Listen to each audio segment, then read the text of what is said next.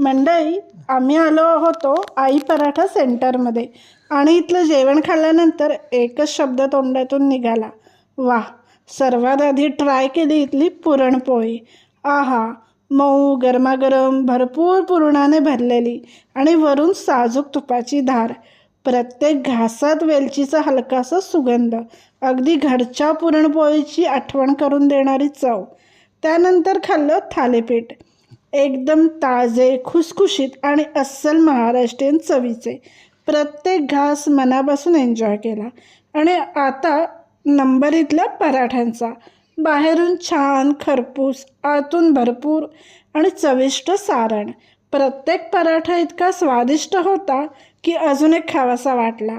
जर तुम्हालाही घरगुती आणि अस्सल चवीचं जेवण आवडत असेल तर आई पराठा सेंटरला नक्की भेट द्या.